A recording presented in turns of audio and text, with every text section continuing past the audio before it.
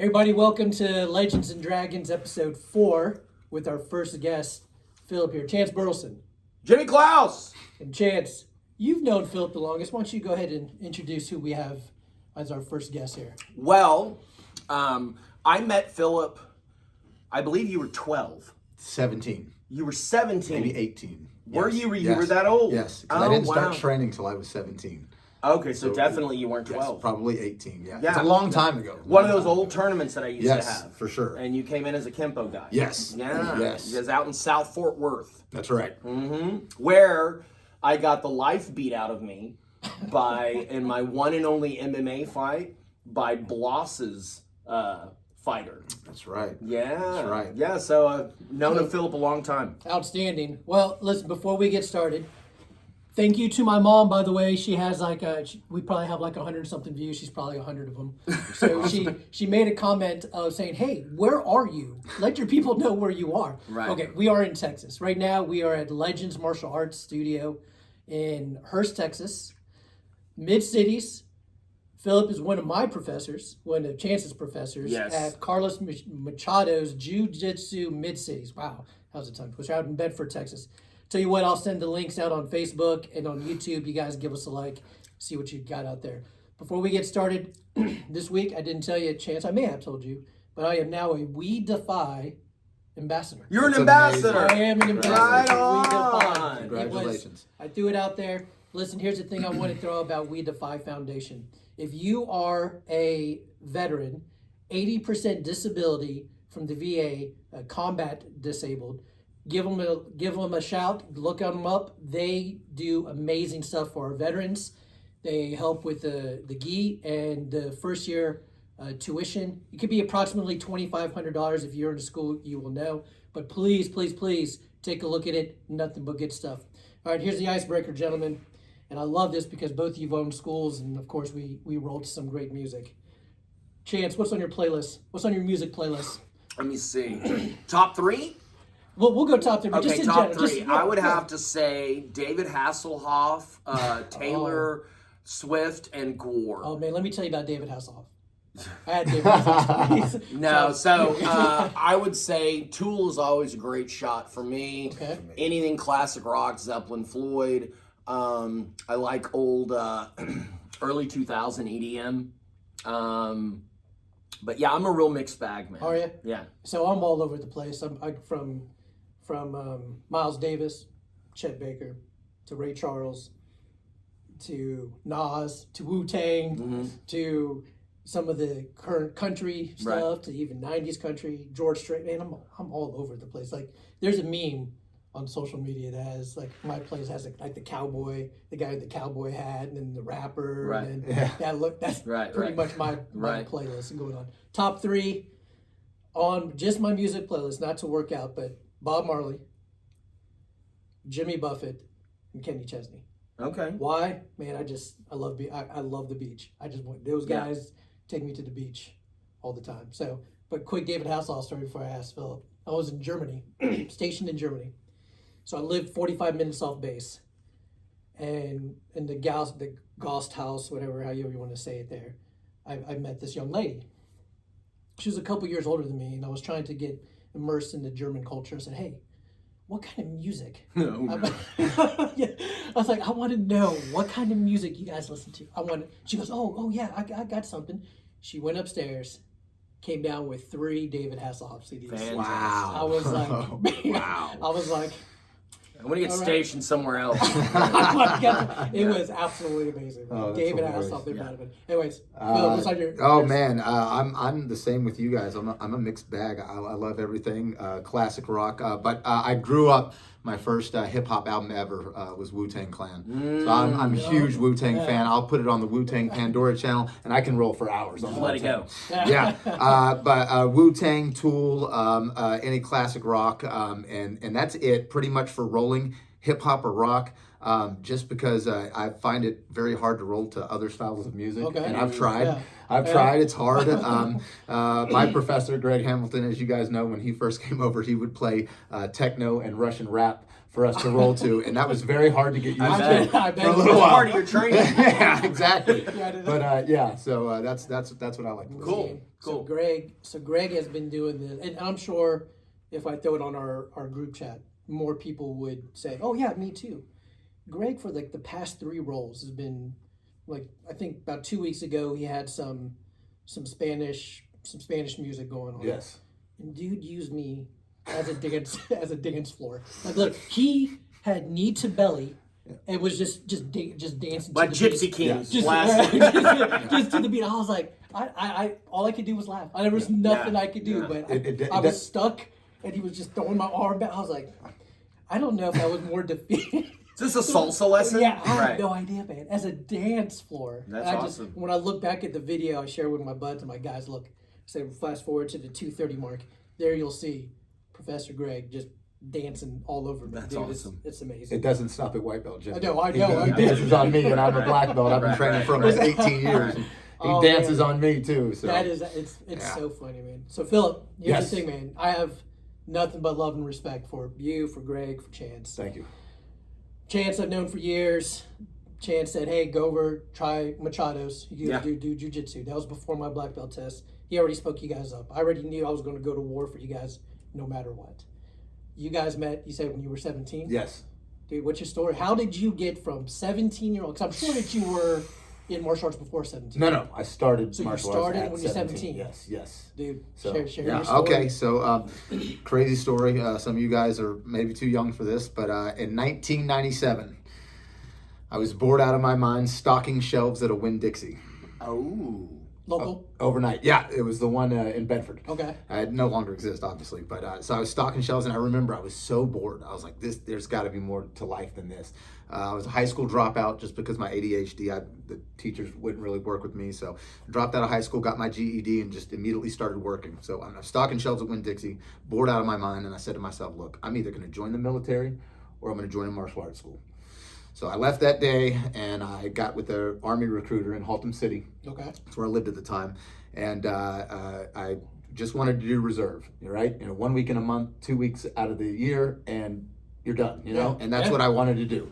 And so I go down, and they take me downtown in this center where all the branches were, and you had to take this test. I don't remember what it's called, ASVAB or something. Yeah, ASVAB test. I'm horrible at taking tests. Absolutely horrible. I mean, I could not take a test to save my life. And for some reason, I scored very high on this ASVAB test. Nice. So high that this recruiter wanted me to sign for 4 years, come on in, and just Yeah. started bugging me, hounded me like crazy. And I was like, let me think about it. And I didn't want to sign up for 4 years. And it's no offense, it's just something I wasn't ready to commit to at that time. 17-year-old Phil was Yeah, ready. exactly. Yeah. So I really didn't know what I wanted to do with my life. So anyway, I decided that I was going to go look at some martial arts schools. So I went all around DFW, looked at some martial arts school.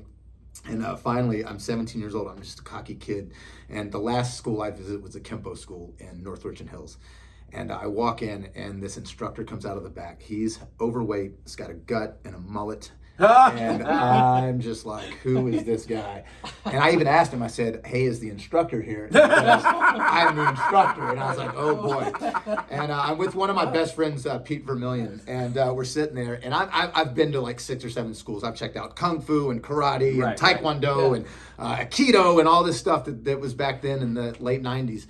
And so I was just, he's trying to tell me about Kempo and what it does. And I really wasn't listening to him. And I was like, what separates you from the other arts? And he's like, well, we do this, and this is more for self-defense and strike fighting. I was like, yeah. I was like, show me something. And he's like, well, if you want to come back class. I was like, no, show me something right here, right now. Yeah. And he goes, all right, throw a punch at me. And I looked at my buddy, and I was like, is he real? And my buddy's like, punch him, dude. And I looked at him, and he's like, go ahead, punch me. Okay.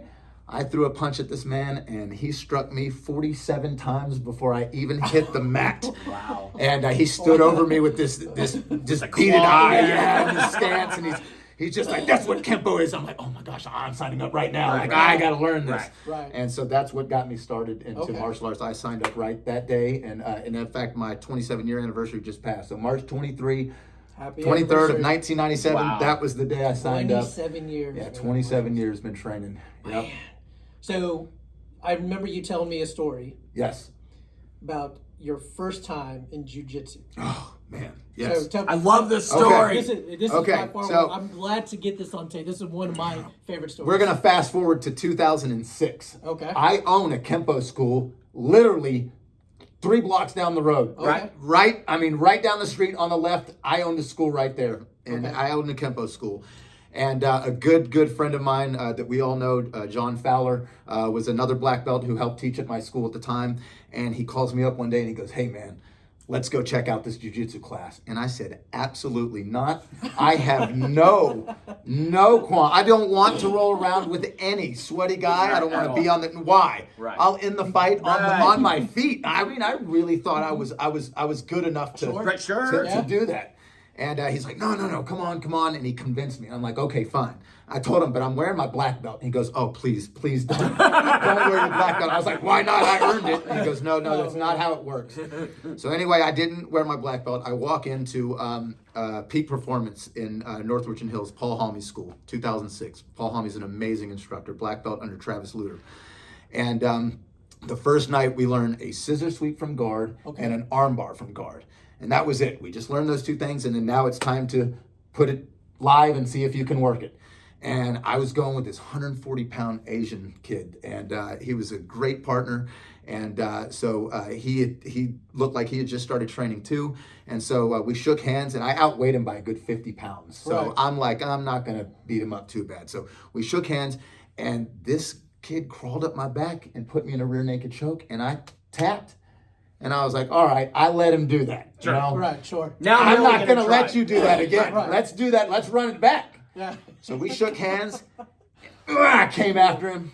He crawled up my back and almost put me unconscious because I did not want to tap.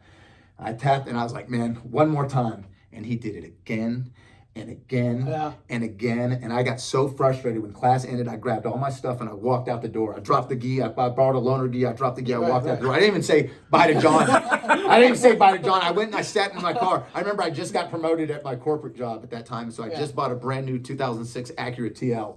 So I remember sitting in this car for 45 minutes and just going in my mind. I had been training martial arts for 9 years. Right. Yeah. And I asked that kid before I left, I said, "Hey man, how long you been training?" He goes, "Oh, about 3 months." And my mind was just blown. I could not grasp. Right. Right. 9 years, multiple degree black belt. Right. And this kid with 3 months of training just beat the snot out of me. Yeah. Without hurting you. Then without hurting me. Right. That's even. The next day I signed up, and this August will be 18 years in Brazilian Jiu-Jitsu, and I have never looked back, ever. Yeah. How many black belts do you have? Well, technically 3, but I say 4 because I have a black belt in Amiradote by Master K. Restomp the groin. Restomp. And so I have a black belt in Kempo Karate, a black belt in Shotokan Karate, and a black belt in Brazilian Jiu-Jitsu. I didn't know you were a black belt in Shotokan. Yes. Are you serious? That's yes. one of the styles I'm going to do. That's what's up. Yes. Yes, it's fun. See? Yes. That's why we need to have guests on. So I know. Meet your friends. I You have a know. black belt in Shotokan. So yeah. That's amazing. So, how long have you been at Carlos Machado's? Okay, so here's another story. Why are you I here, have baby? stories. I That's why you're apologize. here. I'll try to keep them short. No, don't keep them short. I do was not. training jiu-jitsu for a long time, and I was with Paul Halmey for a while. My mom got sick, and I had to move to Houston to take care of her. Okay. And while she was there, the only jiu-jitsu school around me had opened up was a Gracie Baja. Okay. So I went and joined the Gracie Baja. And through that, I met an instructor there. Well, when it was time for me, after my mom, I'd gotten everything squared away after she had passed and stuff, I moved back here to DFW because this is my home. And I wanted to continue training Brazilian Jiu-Jitsu, so I went back to Paul Halmey, which is, like I said, fantastic instructor, great guys over at Peak. I got my purple belt under him, and then the black belt Brazilian instructor from Houston calls me up one day and says, "Hey, I'm going to open a school in DFW. what's better, South Lake or Dallas? And I was like, South Lake by far is better than 100%. Dallas. 100%. And he Sorry, was like, Dallas, yeah, sorry, Dallas. And he says, he goes, hey, well, why don't you come and help me open this gym? And I had just got my pearl belt. Here's an opportunity for me to, Sure. to open up a gym with a gentleman. So I said, okay. And you already owned one. Yes. Oh, yes. So For way back in the day. Yeah. So I agreed, and I go in there. Of course, it wasn't what it was. Stuff happened. I ended up, it was under another owner, and we didn't see eye to eye. So I ended up leaving that gym and training under Professor Sam Snow for a good 10 months. Oh, I've heard good things about him. Sam Snow is incredible. In fact, I tell people this all the time. I want my black belt to look like Professor Sam Snow's black belt. Sam Snow, if you're listening, his black belt is so worn from how much he trains. It just looks like an old karate black belt. tattered material. It's Right. amazing. Right. Humble guy, amazing Friend person. of mine, Josh, trains with Snow. Yeah, Yeah. He's such a great guy. Is he local? Yes, he is. Yeah, he's in Still South Lake now. Yeah. Okay. So I train with Snow. So anyway, that owner sells the gym, and now the other professor, the professor that came up from Houston, he owns the gym now, and he calls me to come back. So I go back, and I work with him, and I work for him, and I'm training. I go through my purple stripes. I get my brown belt through him in 2016, and I'm working, and I build the entire kids program there. That's how I started teaching kids classes. Okay. Was at Gracie Baja Oh, South really? Lake. Yes. Okay. So I build the kids jiu-jitsu program there, build it up. I get my 4-stripe on my brown belt. And once you're a 4-stripe on your brown belt, you just got a few things to tighten up, and then boom, it's black belt. And he just kept pushing it off and pushing it off and pushing it off. And you're never supposed to ask for rank. Of course. Never. Right. Yeah. So I go to him one day and I ask him, I said, hey, what can I do to get to the next level? What am I missing to help me to piece off? Yeah. He's been holding me off for 3 years now. Sure. And he just kept telling me, oh no, you keep doing this. And at one point he asked me to pay him money. $5,000 For a black belt? for a black belt. And I was like, nope. And a good friend of mine, Eric Bales, took me to lunch one day, and he's like, hey dude, this guy's never going to give you your black belt. He has already told me he is never going to give you your black belt. And I was like, well, then I'm done. Now, I don't need to do, if this is the farthest I can go with this guy, there's nothing else left for me to do. Yeah. I need to leave. So I wrote this great letter, and so I left, and it was crazy. I went and checked out a couple of different schools, talked to a couple of different professors around DFW because, I'm a brown belt. And Eric Bales, the gentleman that took me to lunch to tell me that my professor wasn't going to promote me, just driving by, he found Carlos Machado Mid-Cities and called the number in the window. And it went to Professor Greg Hamilton's phone. Cell phone. Yeah. Okay. And so Eric talks to Greg. He's like, hey, when are you guys opening? And he's like, we were supposed to open in June, but now we're shooting for maybe November. And he's like, well, hey, there's a 4-stripe brown belt that just left Gracie Baja South Lake, who is an amazing kids instructor. Yeah. If you want to build a great program, you need to at least talk to this guy. He's looking for a home. Yeah. So Greg says, okay, and we get in touch, and Greg and I have our first interview at Starbucks in Bedford. We sit down to talk, and he's telling me about his jiu-jitsu journey. I'm telling him a little bit about mine, and his phone rings right in the middle of our conversation. He's like, hey, excuse me, I need to get this. So he picks it up, and he says, what? They're not supposed to be there for another 4 hours. Okay, and he hangs up the phone. He's like, hey, Phil, look, I apologize. I have to run. I was like, what's wrong? He goes, the mats just came for the academy, and nobody's at the school to accept them. And I was like, well, hey, do you need some help? He's like, oh, no, don't. I was like, how many mats do you have? And he's like, 2,000 square feet. I was like, that's a lot of mats, dude. Right. You're going to need help. Right. These are big 3x5 Fuji mats. Yeah. They're heavy. Yeah.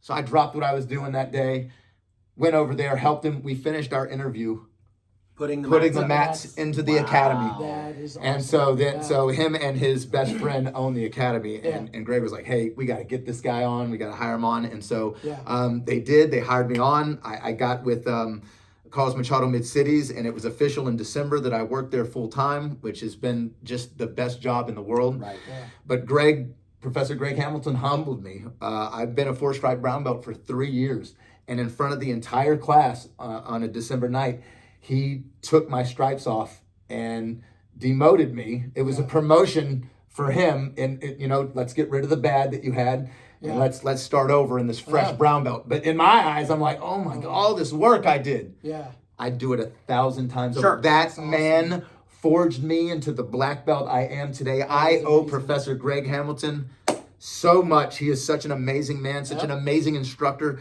I've seen it all. I've been in DFW for my whole life. I've been doing martial arts for 27 years. I have not found a more passionate, a more caring, a more humble, a more hardworking man than Greg Hamilton. Yeah. Very blessed to be under him, hands down. Right. Well, that's good because that's going to segue into our topic here in just a minute. But so December of what year? 2019. Oh man, that was before the old COVID hit. Oh, yeah. COVID Yep. nonsense. That's right. None of us So, have any experience. I was with that. going to ask you two because you guys are obviously instructors. You got business. You know, this is your business. COVID. How did that impact?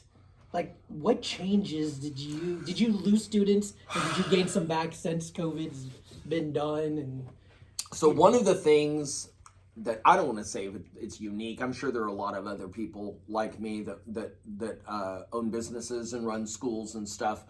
But I have a real difficult time not being truthful and authentic with my students and their and Sure. because they're family to me. yeah, Right. absolutely. Absolutely. And so when this happened and it came down from the governor, and then granted it was only about 90 days that we legally had to shut the school down. Right. Which, you know, my mentors in the martial arts industry are from Sacramento, California.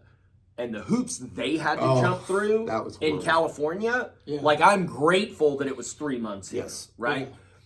But I just went to my students and I said, guys, I will do whatever. We will Zoom private lesson. We will Zoom class. We'll do whatever. I've never done this before. I have no idea if it'll work. But if you all stop paying tuition, you won't have a school to come back to. Right. Correct. Yeah. Okay, the PPP, the EIDL loan. I mean, I got every penny from the government that I could get. And it was like, imagine, Phillip, that you owed $100 and the government said, here's $1 to help you. That's what the government assistance did for me. Right. Yeah. If my students had not, dude, my people are so wonderful. I had students setting up GoFundMe so that I could pay my rent That's and my amazing. bills. I That's mean, it was amazing. amazing. All of my team, all of my black belt instructors here, which have been with me for, you know, decade plus, Right. all got on Zoom and were doing private lessons with all of the students. That's awesome. And that's how we survive. And the second that we could restart, we restarted. Yeah.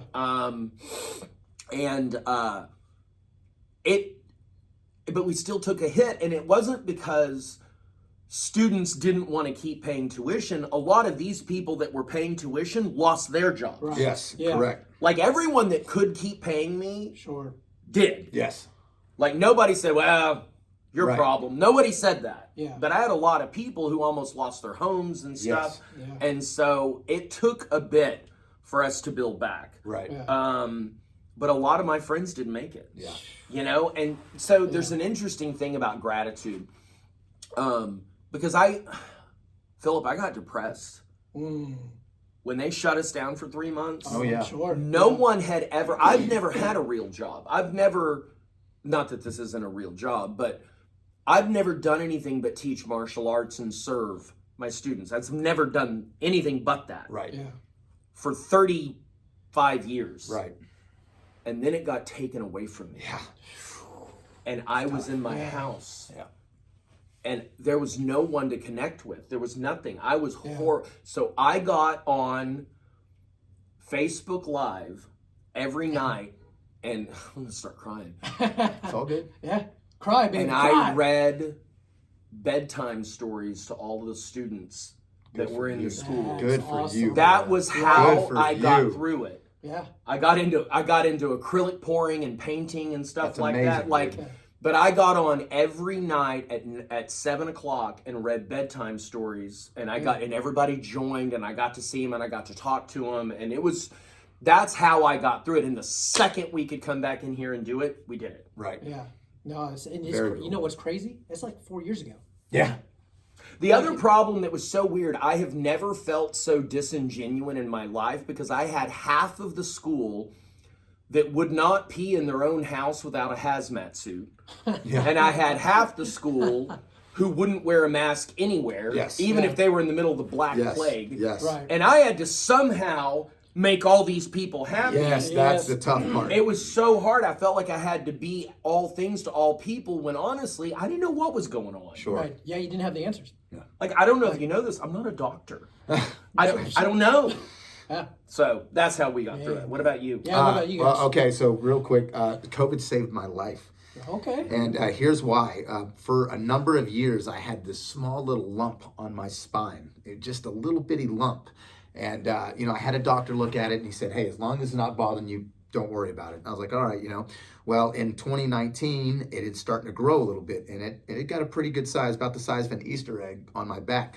So when COVID, first started shutting down, this was before they stopped all the electoral surgeries and stuff. Yeah. I told my buddy, I was like, hey, this thing's growing, man. I was like, can we do something about it? And he was a purple belt at the time in Jiujitsu, but a coral belt as far as surgery. He works at the trauma center at JPS. Okay. So he's a level 1 trauma surgeon. So Wow. he does the bullet wounds and the knife wounds, all that. So he's a Coral G. belt. Coral belt. High rank, right?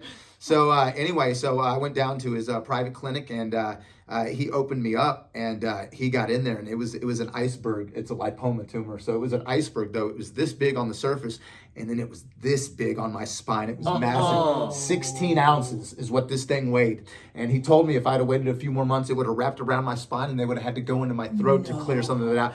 He totally said that if I hadn't made the decision right there, that it could have been life-changing. Really? So I got it cut out. I rested the 3 weeks, got my drain tube out, stitched up. Greg, on the other hand, Professor Greg Hamilton, is a savage. We have a WhatsApp group, and he was like, hey, listen, if anything you need in your life, especially during a pandemic as COVID, is you need exercise, you need to be healthy, you need to do this. It's like, if you want to train, you text us, we're going to train. So we blacked out all the windows. Yep. We put mats up and taped it off, and we'd lock the door, and we'd only have people that on the WhatsApp, hey, who's coming? And we give them a code, or we left the back door open for them to slip in. And man, we turned it on and we would train. Yeah. And we had a time where the police came by, they knocked on the door, we turned down the music. We waited till they leave, we turned it back up. We kept rolling because we weren't going to let somebody stop us from doing, everybody has the right to exercise. Absolutely. Everybody has the right to take care of themselves. Absolutely. And listen, let's be honest. The people that COVID affected the most were the unhealthy people. Yes, it was. You know, and if you get in and start training stuff, you've got a better chance of fighting off these diseases. Absolutely. So that's just my take on it. Man, so COVID, of course, we can go through all the stats of how the kids at school, all that, how that impacted them and stuff. I won't get through all the numbers because I don't have it all right now, and I don't want you guys to call me fake news. But you, actually both of you, and even Master Valdez, you guys have built such a great kids program. It's phenomenal. You've seen what Master Valdez has done with kids, man. Just kids. We have taken the special needs kids. It's amazing. I see your program here. You work absolute magic on the mats. Thank you, brother. So tell me about that process of how you created such a phenomenal, in my opinion, phenomenal kids program at Carlos Machado's. It's taken quite a long time. It didn't just happen overnight, honestly. I didn't even want to teach kids. When I had my Kempo school, there was no kid classes. I didn't want to teach kids, but I've always loved kids. And so I got started at Gracie Baja South Lake teaching the kids program there. But what really got me just wholeheartedly invested in these kids, in 2013, my fiance at that time, my wife now, we bought a motorcycle. And I've ridden my whole life, but I hadn't had a bike in a few years. And so we bought a new motorcycle. And so we were riding, and one day I saw this guy walk in with a leather jacket on. He had a patch on the back, and it said, Bikers BACA. Against Child Abuse, BACA. And I was like, what is this? And so I started talking to him, and he told me what they did. And so it's a nonprofit organization, and all they do is ride motorcycles for abused children. So let's take a kid that has been abused, and they're at home, sexually or physically, they've been abused. The police step in, and then we step in as nonprofit. We pay for all their counseling. we escort them to school on our motorcycles Okay, yeah, I've to seen let that. everybody know that we're their family and you're not going to hurt this child anymore. Yeah. To hurt this child, you're going to have to get through me and my brothers first. Right. Right. And so, man, just getting in that organization, seeing how many kids were hurt. We worked with CASA, which is a volunteer organization. Okay. We worked with the Tarrant County and Dallas County. We would go to court for these kids. We'd be there to make sure that they were strong enough to tell their story. Because let me tell you something, the worst thing in the world for you to witness is a little 3 or 4 year old girl having to sit on a stand and tell her story how her mother or her father sexually abused them. That is the worst thing you will ever witness in your life. Yeah. And so many times I wanted to just jump in and sure, just put my sure. hands on, but you can't. You gotta, be restrained and be calm. But just me and my wife helping these kids just throughout the years. We were with BACA for 7 years. Just gave me so much more of an understanding and a love for children. Yeah. And now today, my wife and I don't have kids, but you can ask anybody that knows me. I will lay my life on a line Yes, for a you kid will. that I don't even know. Yes. It is all about protecting these kids and Yep. making this world a better place for them to live in. And I mean, that's it. And once you can't have a kids instructor that doesn't care about kids. Sure. And that's why when I walk in these martial arts places and I see these teenagers teaching the kids class, that shouldn't be shouldn't be going. You need to have somebody there that cares and understands, because these kids, they're on all spectrums. Every kid, you have no idea that the kid coming into your dojo isn't not getting love at home. Right. This Right. could be the only place where they're getting love. That's right. So you Absolutely. love them while they're here. You know what I'm right. saying? Absolutely. That's right. You love them while they're here, because they might be going home and just getting horrible parenting, or abused or whatever, and you have no idea. So you love these kids, you care for them, but at the same time, you want to instill discipline in them. You want to make sure that they're good people and have great grades and are better humans on or off the mat. I require all my kids to say yes, sir, and yes, ma'am. I call them sirs and ma'ams, Yep, even if me they're too. 3 and 4. Yep. I expect Absolutely. the same out of them, and it just helps them in the long run with their parents and future jobs and school man, absolutely. and all that stuff. So. Martial arts is absolutely a good foundation. That's why, for sure. Hey, I've said it for 4 episodes now. Get your kids on the mats. Yes. Find a good martial arts school. Chance. So I think for me, it came because, so I started when I was 4 Yeah. on a concrete floor under my dad. And I haven't stopped Right. since then. And so it came from me being a child in martial arts at a time, because I'm older than dirt, at a time, this is before Karate Kid. This is before the Turtles. Right. Okay. This is after Bruce Lee, Chuck Norris. So the people in karate schools were young men. Mm-hmm. There weren't really kids in karate. Right. I was one of the few. And even then, when it wasn't tailor-made for kids, I saw what it did. So I am, at my core, an artist. I thespianed in high school. I was not a sports guy. I was a drama guy. I was an art guy. I'm the guy that would have gotten beaten up. Right. Right. I would have totally. I'm gentle and sensitive and hypersensitive to things, and I would have gotten beaten up every day of my life. Yeah. But I didn't.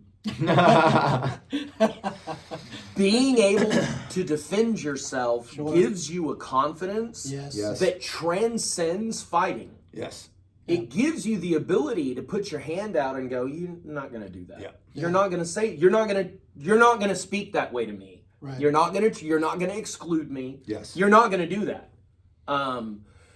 And I'm the same way with the respect. I don't make them say yes, sir, and yes, ma'am, for us. The world treats you better Yes. when you are more respectful to people. 1000%. They will have a better life if they have respect to people and manners and protocols. So in our school right now, we have a life skill. Every 10 weeks, we dig into one character principle really hard. Nice. This one I'm really excited about because we're doing the Bushido Code. Oh, nice. Very nice. And I have the Book of 5 Rings that I sell up there. Guys, get the book, Yeah. Book of 5 Rings. You have to read it. So the Bushido Code has 8 tenets. And so we talked about justice the first week, and then we talked about courage the second week, and then the third week we talked about mercy. And now we're talking about politeness, Nice. manners. Yeah. Think about how surprised you are when you see a child hold the door for someone these days. Yes, Absolutely. absolutely. That used to not be the case. That used to be normal. Right. But letting someone else go first, you know, oh, here, let me get that for you, you know. Yes. Excuse me, let me let you get by here. People who could remove your head like that Yes. were dreadfully polite to each other. Yes. Why?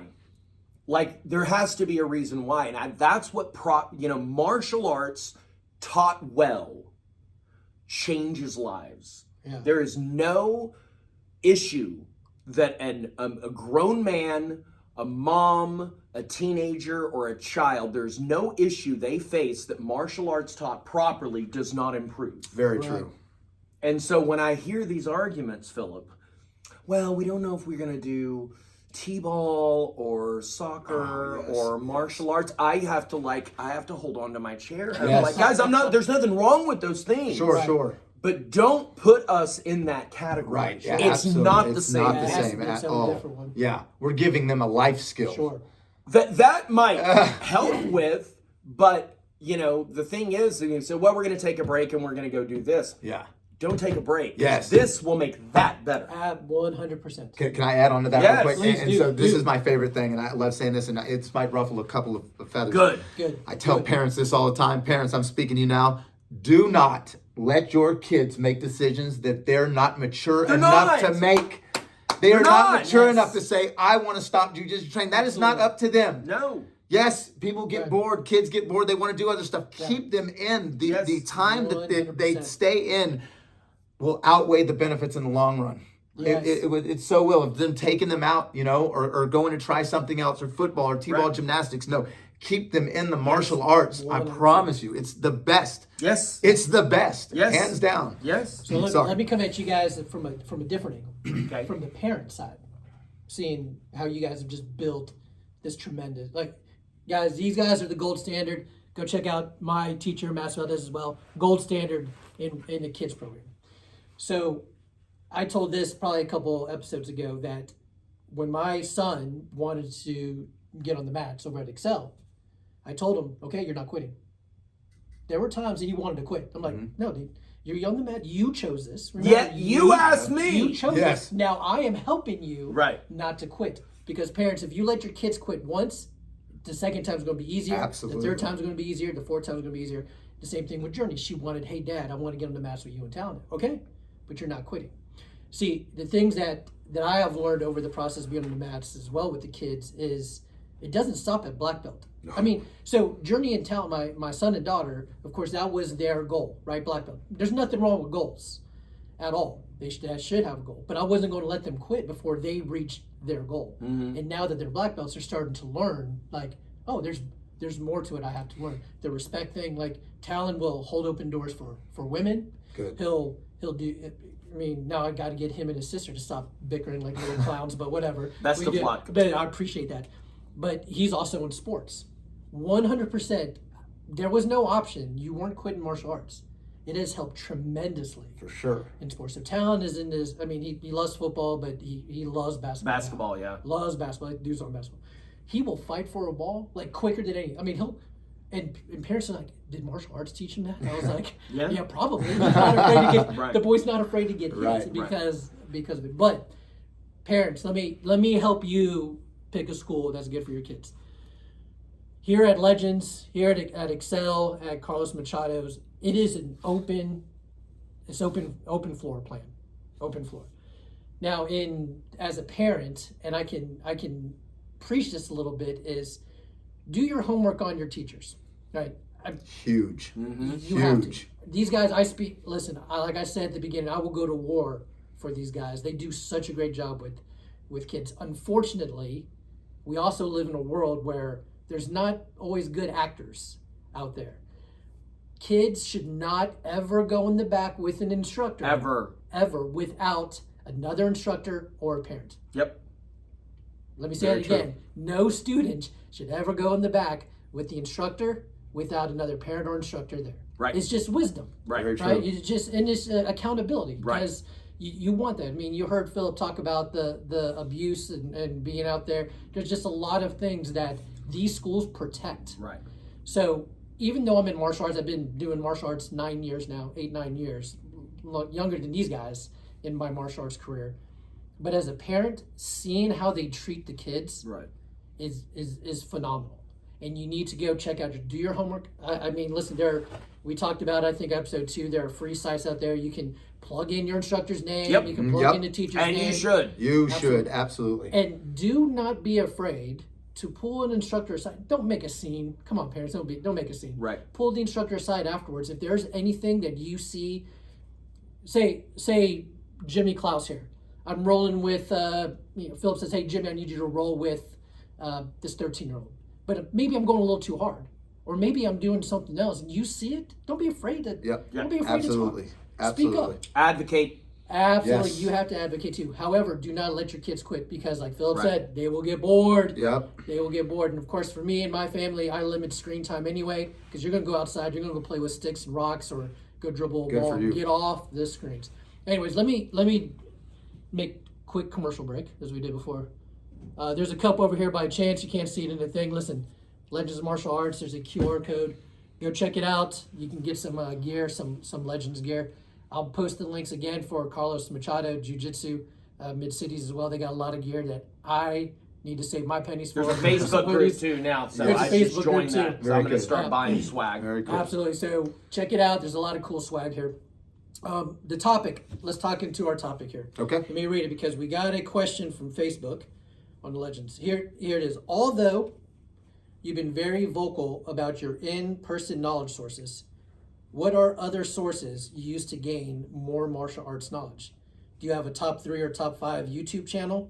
Legends and Dragons YouTube channel, by the way. Or other online sources you would recommend and why? Chance, I'll start with you, then let All right. think about it. Nikki called me a YouTube junkie, and I am. It is my favorite streaming platform just because there's so much out there. I know more about blacksmithing for a guy who will never set foot in a forge. I'll never do it, and I know everything about it. But as far as martial arts go, I have some. Depending on style, right? Because I have a lot of guys that I watch. I watch Greg's stuff. Yeah. I watch a friend of mine, Carol Provick. He's Silver Fox. Yes. On the East Coast. I watch a lot of Matt Arroyo's stuff. For Kali, Wing Chun, stuff like that. Kevin Lee is really good. So he's the nephew of a Wing Chun guy, Francis Fong. And then I watch a lot of Doug Marcaid's stuff. Yeah, I love Doug. Before he was on Forged in Fire, Yes, I watched a lot of Doug Marcaid's stuff, a lot of Apollo Ladras stuff for Kali. Because the thing is, I love traditional martial arts. I always forget his name, but he's in that kind of Stephen Thompson, Sensei Seth, the guy from I think he's from Germany or Austria. I know who you're talking about. You know what I'm talking about? I know you're talking about. Yeah. I love watching his stuff. I watch a lot of Jeff Chan, MMA, Okay. Shredded. Yeah, that's probably mostly what I watch. What about books? I mean, there's a library here, by the way. If you ever come into, I have to force myself to read books that are good for me because I consume books, but I'm a sci-fi fantasy guy, so Nice. I consume like Lord of the Rings, Wheel of Time, like that's what I want to read. Yes. So I have to make myself read a book that's actually good for me. okay. But A Story Brand is one. Atomic Habits was really good. I really liked yeah. Atomic Habits. And right now, I've recommitted to go through the Bible. So Very nice. Yeah. So Very nice. Good. but that has to go on my checklist Right. because I will accidentally do stuff that I want to do. Right. Sure. But if I don't deliberately do stuff that I know is good for me, I won't do it. Yeah. Because if you don't report to, as we talked last Chip. time, If I don't reach out Yep. to Chip, he's like, "Where's my sheet? Where's my sheet?" At midnight, if I don't send it to him, he's like, "All right, what's up? Yeah. Did you Good. bail today? Where's Good. your sheet?" Good. What about you? So I'm kind of a YouTube junkie too. Okay. I love YouTube. Yeah. So for my martial arts go-to, Greg Hamilton, obviously my professor, he does a fantastic job Yes. of just getting the material out. And everything he's ever done is, I mean, It's it's a Rolodex at Jiu-Jitsu. Everything from every position is there. catalog. It's amazing. Yeah, Yes. right. The So catalog, that's good. one of my go-tos. BJJ Fanatics is the best because they have house all the big names. Sure. And that's ran by Michael Zenga and Bernardo Faria, who we actually got to meet a few years ago in Boston. So that's great. I love McDojo Life. I know you're not going to learn from there, but you will because he shows you what not to look Yes, for. exactly. In a martial arts school, he calls out the fakes, and I love that. I got to admit, I haven't watched Cali stuff in a long time. I do watch blade work. I do love Doug Marcada and then Tom Sodas. Yes, Shout out to yes, Tom. yes. Tom's a phenomenal blade instructor. Terry McCord got me hooked up with him. And then I turned Bloss onto Tom him. when I moved back, and Bloss and I started training, which is fantastic. And Tom's just a phenomenal, I mean, dude, he's a master with the blades. So that's who I pretty much go to. And then other than that, I'm just really into nutrition, so I study a lot of nutrition. Good. Yeah. Yeah. What books? Books. I just got a new book for Christmas, which is great. I just finished it. Shout out to Charlie Fernandez for getting this for me. He is a GST instructor, the Gracie lineage. Okay. So Henner Gracie signed a copy of the 32 Principles and gave that to me. So that's my favorite book in the world. Yeah. I've read it. It's about all the principles that apply to you on the martial arts mats as well as in real life. Yeah. And I'm probably going to read it again. It was so good. Okay.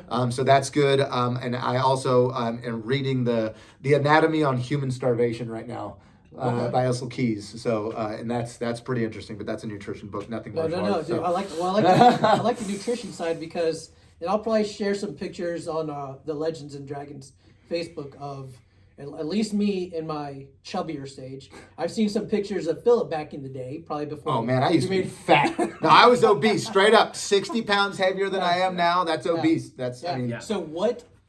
So I know this isn't necessarily martial arts, but nutrition obviously plays a key role. Yes. When did you start getting into the nutrition side? So when I was until I was 36 years old, I had chronic kidney stones. I mean chronic, 4 to 5 a year, guys. Wow. And I stopped drinking sodas in 2008. I was still getting kidney stones, and I didn't know what they were coming from, and so I started doing research. And man, really, literally, and I love this saying. Everything you put in your mouth is either feeding disease or fighting it. Yep. That's it. Yep. And so I switched to a whole foods diet, Okay. Nothing processed, and I cured my kidney stones, cured my rheumatoid arthritis in my hands, and a whole bunch of other stuff. And man, I just, I try to eat as clean as possible with as least ingredients as, I try to not eat out of boxes and cans. And, I stay out of the inner, I call it the inner web of the supermarket. I stay on the outer lines. Yeah, good. You know what I'm saying? Oh, yeah. Where the produce and the meat, all the processes in the Yes. middle. Stay out of that. Wow. You know what I'm saying? Stay out of that. I never even really The thought real of that. food is on the outside. The real food's on the outside. Your produce, your meats, all that. It's Taking all note on of the that. outside. Eat whole foods. Wow. Whole foods. Nothing with an ingredient package Never list. thought dude. about that. Yeah, You're man. right. So- it is. Yeah. And so, I'm really, oh man, it's crazy. And I get really down into my macros, and I get my blood tested every 6 months. So I'm really on key. I do my blood pressure every single week. And Absolutely. for Good, 44 years old, my doctor, Dr. Bernie, love you, brother. He says that my blood work and stuff, it looks like a 20-year-old athlete. That's awesome. And so, And Bernie is a machine on the. Bernie's an amazing human being. He's awesome. Saved more lives than I could possibly could even tell you. And He's such an amazing and he's person. choked me out numerous times. He chokes me too. Yeah, Jeez. great jiu-jitsu guy. So I haven't met your wife yet officially, Virginia, right? Yes, Virginia. So let me tell you a story. He had his last kidney stone here, probably 4 or 5 months ago. Yes. So he had. And so that one was an old one. Let me clarify. That one was it was from an old 8 one. years ago. It just took forever to drop. Sure. Right. And listen, I had a kidney stone too. Kidney stone saved my life because it found the kidney cancer. But anyway, so he just had the surgery, right? So he was on the mats. It was promotion. I had a stent in. He had a stent, Still, bro. I still had a Listen, stent when you in. started guys. teaching me. Yes. Private lessons. Yes. Stent, right? So again, old kidney stone. Had a stent, got it removed. Promotion. I think it's promotion belt promotion. Yes. I go up there. Hey man, love you, bro. And so I give him the dab, and I Right on the. Right on right the on kidney. the kidney, right there on the kidney. man. Almost dropped me to my knees, brother. Almost dropped me to Almost my did. knees, And I was bro. like, oh my God, I about killed my Yeah. professor. I was like, Yeah. I'm gonna feel this one. Man. That's kind of dumb move I would do. That was a dumb. Yeah. Good. I didn't even think about it. Yeah, of I course. didn't, because he was up standing up straight. Didn't even process it. The guy Right. just. Right. And my wife's eyes Yeah. gets big and looks at Jimmy. Like, I was like, oh man. I was like, I'm gonna wait to introduce myself. Yeah, to yeah. her. And I don't know she's if you- listening. Virginia, I'm sorry. I didn't mean it. And I don't know if you guys know this. It is not smart to ever upset a Hispanic woman. I'm just gonna lay that out there. Just let you guys know. It's about as bad as messing with the Greek woman. I can see that. So what I do for my martial arts, of course, Greg Hamilton. Listen, Professor Greg, he has a catalog, right? So The Gregorian oh lapel my system. goodness, this dude, I can get lost forever on the YouTube channel Yep. just watching that alone. These guys and some other buds got me hooked on the BJJ Fanatics. I try to catch that as well. For me, I actually just finished reading the book, and I know I'm going to screw up the Gracie's first name. Hickson Hickson. Gracie. Yes. Breathe. Yes. Oh, So I read that book, and it was phenomenal. And we'll talk about this here in just a second about mindset. But that book just absolutely helped me with mindset. And of course, there's some podcasts I listen to just to kind of. It's not really martial arts podcasts, if you will. I mean, you got Jocko out there. He talks about a lot of stuff.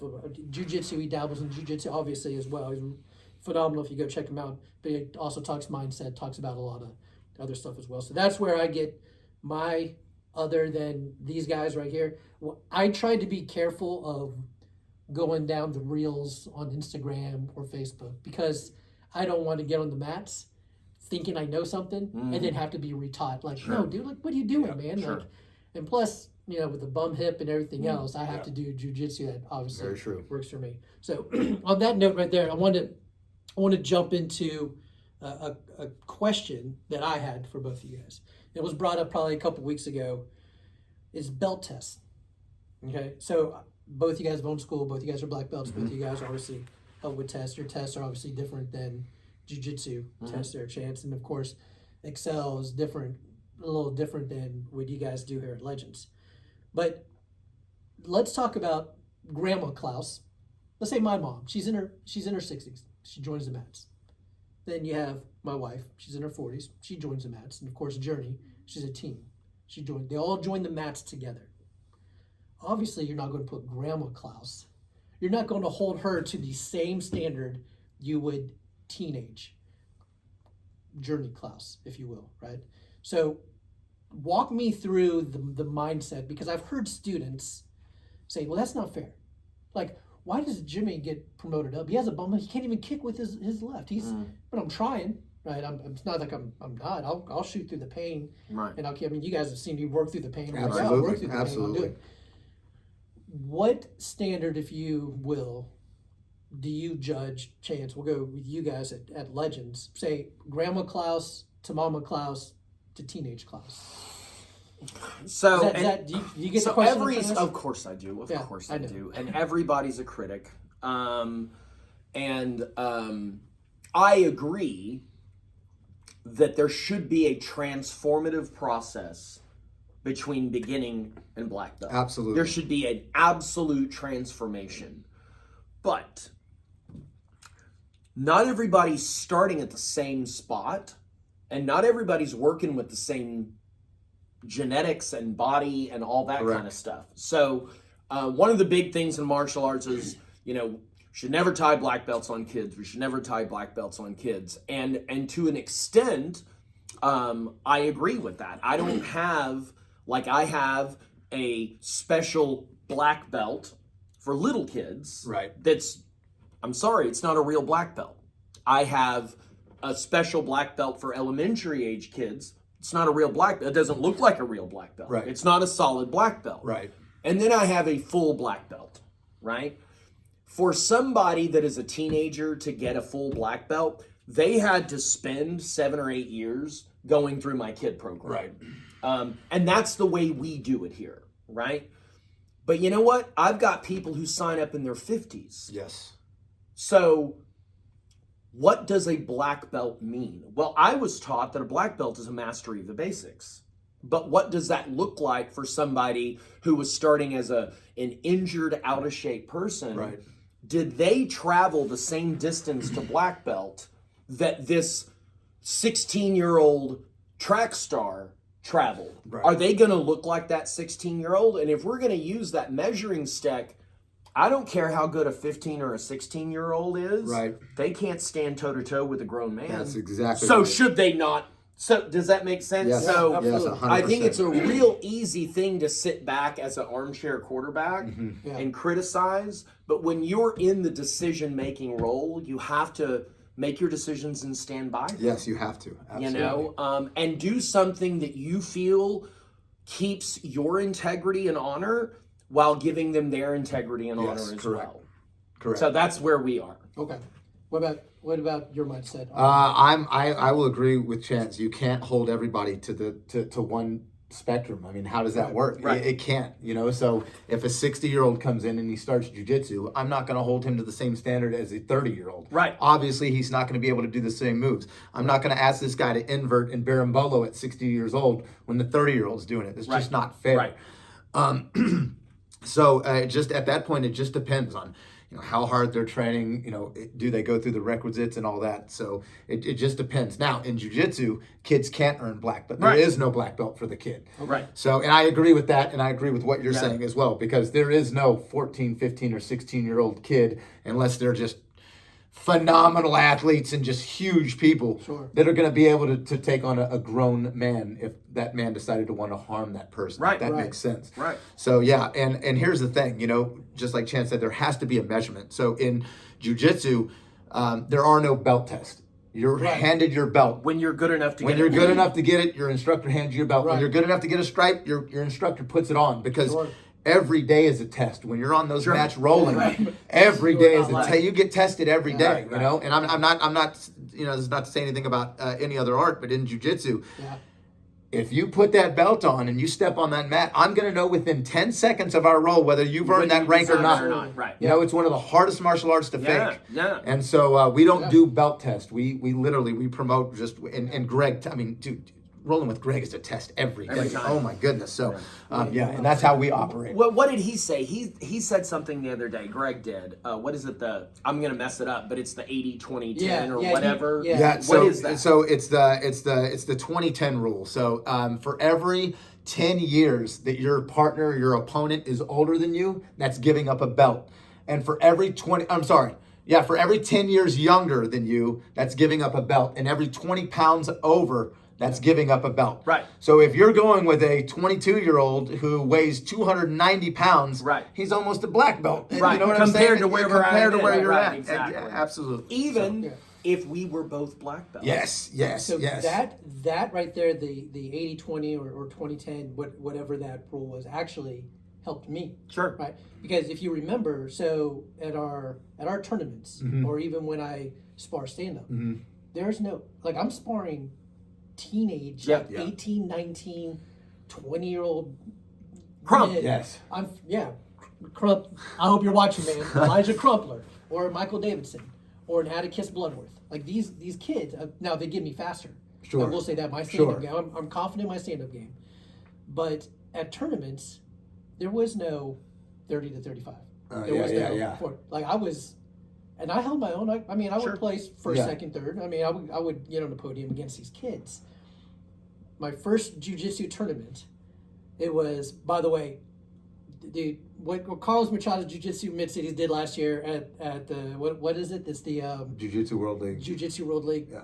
Phenomenal. Yeah. So it was only on the mats for probably 5 months, white belt. I'm like, hey, I talked to Greg. I'm like, hey, do you get points if I sign up? Yeah. He goes, yeah, okay. I said, cool. So I'm signing up. I was like, okay, we'll get points. I'm gonna go out there. I'm gonna give him my best.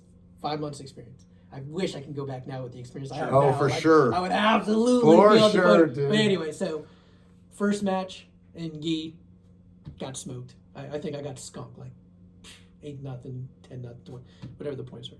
Second one for third place, man, I held my own, man. The guy was beating me 7-0. I tied it up 7-0.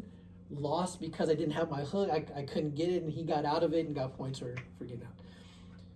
the no-gi, I came in second. I mean, there was two of us, but still, I came in second.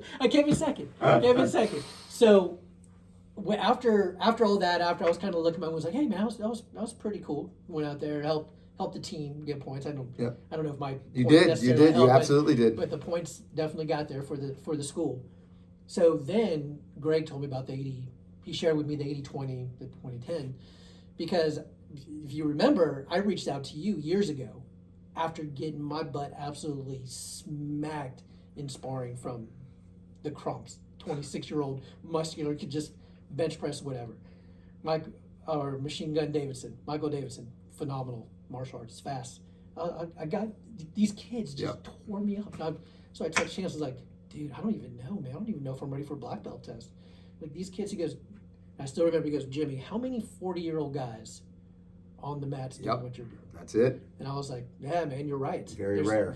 And then when the Jiujitsu tournament, they actually had the age category. Yes. I was like, oh man, I could hold my own against the 40 plus masters. What is it, masters 2 or 3? Masters 3, yes. Yeah, but because we don't have that. Yes. in our tournaments at all. So Sure. I'm like, here I am, just getting my The bigger leagues, they do. Yeah. But the thing is, Jimmy, comparison really is the thief of joy. Yes, 100%, very true. and that right there, you are 100% correct, because I couldn't compare my martial arts to 20-year-old. Like Talon right now. Talon right now, he is, and you've sparred with Talon, and you'd see He's a good fighter. He's a good fighter. Yeah. He gets on the jiu-jitsu mat. I'm 130 something rolls into my journey. Yeah. This kid, I don't even think has hit like 40 yet because of all this. And he comes out just putting people in arm bars and just, I'm like, Like what? Little Jet. Yeah. Yep. I'm like, man, you have got to be kidding me. And then he was like, well, Dad, that was a little easy. I was like, you son. But Philip, he's not even recognizable from his first class. Oh no. I remember No. rolling Oh, with yeah. you over there on what it was like your first or second week. Yes. And and honestly, I was kind of playing with you. Yeah, Right? absolutely. Yeah, you're pulling your food as I trust with these guys. You would totally tap me. You would totally tap me. Well, but the thing is, 140 something rolls. Yeah, he's got a lot more rolls. Yeah, So, yeah. And But you've come a long way too, Chad. But the thing is, though, comparison is the thief of joy is not just about if I compare myself to somebody else that I'm worse than, it will rob my joy. Absolutely. On the other hand, if you have to feel better by comparing yourself to somebody you think you're superior to, yes, you're a very small person. absolutely, absolutely. Because my overall instructor, I have many instructors. Bloss is my instructor, right? Phillip's my instructor. Tom is my instructor. But the guy that I will ultimately rank on for my last test that I'll ever take here is Han Shikova. And he has this saying, we're running our own race. Absolutely. I'm not against anybody, Very true. man. I'm running against myself. That's right. Sure. And if I forget that, then I'm either going to feel less than, or I'm going to feel better than the way a bully does. Agreed. By pushing somebody else down. Sure. And it's such a small thing. And it's martial artists, I believe, should strive to be above that. Absolutely, we should be building people up all the time. We're all in this. So I have this saying, this is what I'm saying right now with politeness on the mat. My ability to fight, your ability to fight is a type of power. My ability to stand there toe to toe and square off with somebody is a power. Yes. It may be not a superpower, but it is a power. But it will never be more powerful than my ability to make friends. Very true. Because you can only fight so many people alone. Very true. But you put 20 of us together, and there's very little that we can't do. Very true. So the ties that bind us together are stronger. They have to be stronger than those things that tear us apart. Yes. You know? I agree. Yeah. So I'm going to wrap this segment up, or this podcast up, because I want to talk about. This has been fun. It's been amazing, man. Yeah, Thank you guys for having me on. You will be on here again. Don't worry about Sweet. that. It's going to be fun. I want to talk about mindset. Okay. Because we've talked about, of course, the belt test. We talked about the grandma, the mama, and the daughter all on the mats. We've talked about this. We've talked about kids getting not quitting. We talked about all of that. But what triggers do you see that you know someone's about to quit, walk out that door? You go first. Okay. Walk out that door. So there's a lot of reasons. One, they're not showing up as much as they used to. You know, Attendance is the first. they're coming 5-6 times a week, and now it's down to maybe once or twice a week, Right. or maybe once a week, or once a month. You know, Right. Is one. Another one is students tend to get burned out, and you know, they're just they'll start backing away. You know, they'll start. They'll be in class, but they're kind of not there. You know what I'm saying? They're just going through the motion, but not really trying their hardest, and you see it sometimes, and you just gotta pull them aside and try to help them out. Yeah. How many do you think you have brought back from that? The percentage wise, I know you probably Well, here's the thing: Jiu-Jitsu is tough in its own right. So it has one of the highest dropout rates ever. Right. They say that blue belt is the black belt of quitting, because when you get to blue belt, you can't quit. You quit. It is. I mean, there's so many people that get to blue belt and they just quit. So, man, I'd have to say, oh man, I don't know. The percentage is low, because there's a lot. I mean, just in the last 2 years, I've seen probably 300 people come in and out of the door that have quit. I mean, maybe more. I mean, it just happens, dude. You've seen just in your short time so many people that have come and gone. You know, it just life gets in the way and it happens. Yeah. So So in a fight, what do you see when you're coaching someone? Like, you know, like, okay, they're about to give up right here.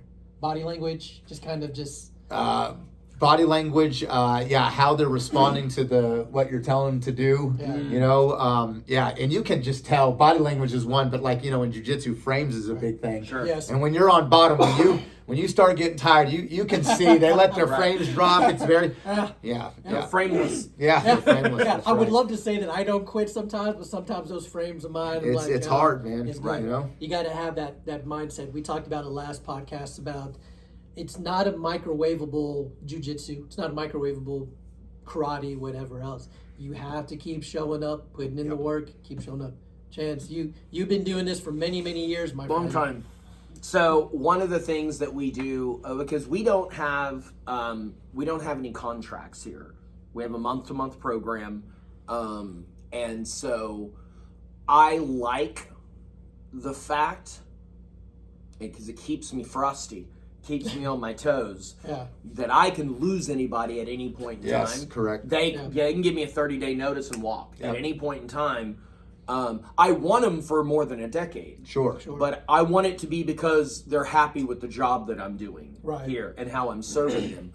But the second they say, oh, we're fighting and he doesn't want to come to class, he doesn't want to, you know, and we do a lot of DNS calls, a lot of like, hey, we didn't see you this week. Is everything going okay? Yes. That's a big, you know. Huge. One of the reasons that people quit, and this should never be the reason anyone quits martial arts, because they think they don't matter and no one will miss them there. Very true. That should never be the reason somebody quits. So we don't give them that. Right. We don't. We let them know, hey, you're missed. You make the class better. Yes. But then when the parent comes to me, it's like they don't want to do it. They don't want to do it. I say, listen, it's not I say this all the time. It's not North Korea. You don't have to do anything. You can leave anytime you want. Yeah. But I don't support you in allowing them to quit impulsively. Yes.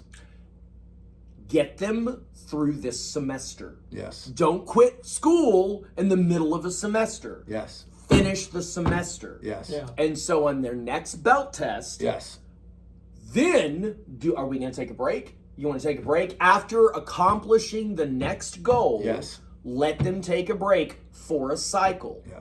But don't let them go, I don't feel like going. All right, you know, Louis C.K. has that thing about, you know, when his daughter quit soccer. He's like, great, soccer's out of our lives. Yeah. You know? Yeah. And I think it's like I said, the screens, right? We want to blame the kids for being on the screens. Here's the thing.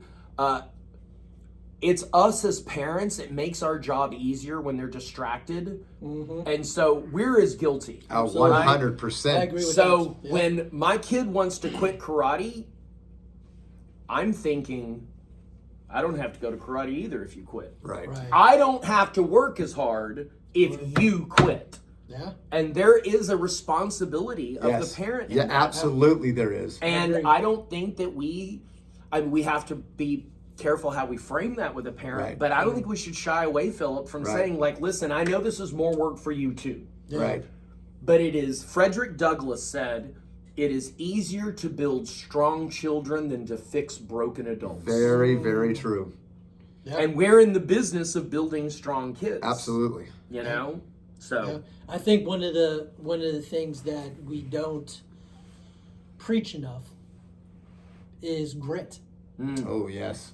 We don't. It's a lot of parents as well, but maybe coaches, right? If you don't have a good coach that is teaching your kids how to work through, this is what I love about jiu-jitsu.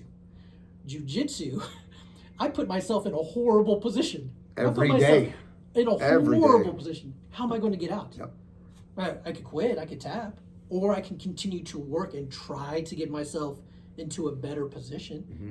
Sure, I might tap, but then I learn. Well, I mean, I'm slower than others. I tap to the same technique like 5 times in a row after getting, but if kids don't learn grit now on the mats in the school, listen, we're all martial artists. I speak highly about martial arts because learning, as we said at the very beginning of the podcast, learning at what you learn here on the mats is going to take you in life. It's going to take you in school. Absolutely. It's going to take you in your career. If you learn the grit on the mats, more chances you're going to be successful because you're not going to quit at the first sign of hostility or a bad report or you broke something or, oh, look at this. The mindset, I believe, and the grit obviously are married to each other.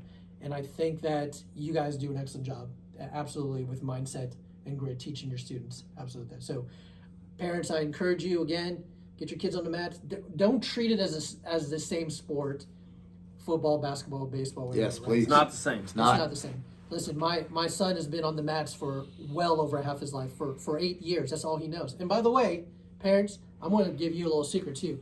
I use these guys to get my kids in line. Good. Like I tell Talon all the time, I will tell Master Valdez what you did. And man, that kid, no, don't tell Master, Yep. don't tell. No, Why? let's call him. Talon, let's Why? call him. Why? Because our school, as Master Valdez would say, it's not a patty cake school. You're going to get some corporal punishment. Right. He said, this isn't school. You're going to get push-ups. You're going to put Right. your butt to work. Right. I mean, if you throw up on the mats, sorry, man. Clean it up. But Yeah. I've done that even with Greg. I tell him, hey, let's go talk to Greg after class. No, Dad, I think I got it. Let's go talk to Chance. No, let's go talk to Phil. No, Dad, I think I got this. Right.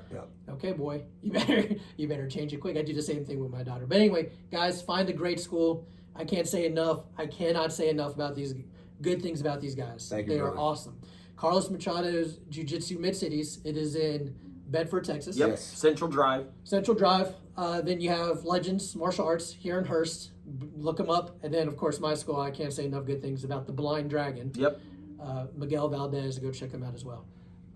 Anything else? Nah, You wanna do? this is great. It was This is amazing. episode Thank you 4, guys for man. having me, Yeah, brothers. I episode 4. appreciate it, man. So Thank glad. you so We're much. going to have him back Absolutely. on. Hey, I want you to subscribe to our YouTube channel. Go give us a like on Facebook. And I'm trying to get Spotify up so you guys can listen without having to, click the YouTube thing. All right, guys. Love you. Thanks for Us. showing up.